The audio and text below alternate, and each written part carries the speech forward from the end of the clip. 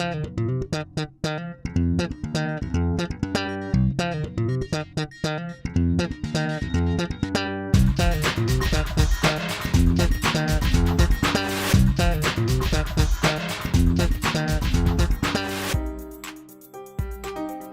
my name's Stephen Labiak. Welcome to week 14 about things about bankruptcy.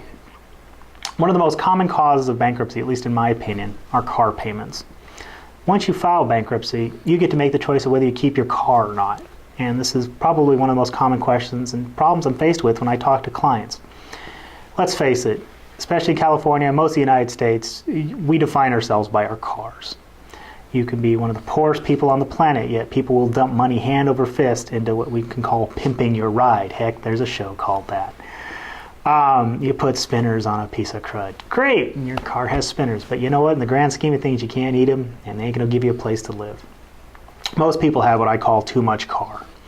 Unless you're extremely well off, I would never recommend buying a new car. Most people, when they buy a used car, quite frankly, end up paying $350, $400 on a car.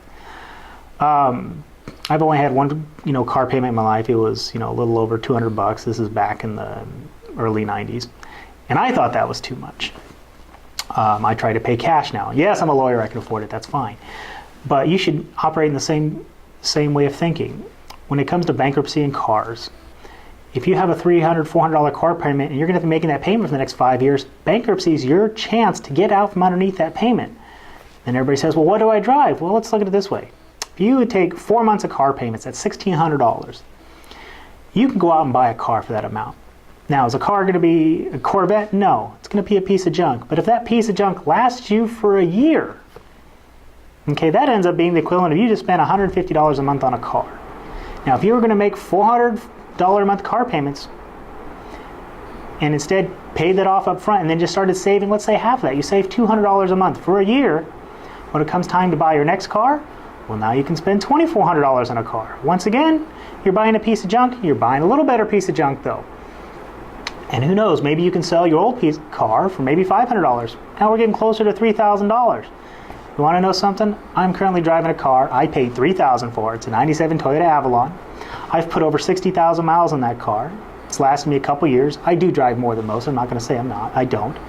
But, outside of, I just keep the oil changed, keep the filters clean. It's been a good car for me. So I'm not saddled with a car payment. And that car is going to last me probably another couple years. So I spent $3,000. I probably get 3-4 years out of that car. That car payment's down to now $70-$80 a month if you annualize it. So instead of pouring that money into the car payment, you save that money. So when it comes time to buy a new car, or when your car breaks down, if you have that pile of money set aside, you're not going to have to worry about going back into debt to fix your car. So when it comes time to look at that car payment when you file bankruptcy, if you have a large car payment, it's going to be more in a year, I recommend you surrender the car. Unless there's value in the car, then maybe you can keep it and sell it. Otherwise, surrender the car, go out and get a beater, get out from underneath that car payment, and get on with getting that fresh start in your life. If you have any questions about this or anything else, please feel free to give me a call, 559-274-2868. Thank you.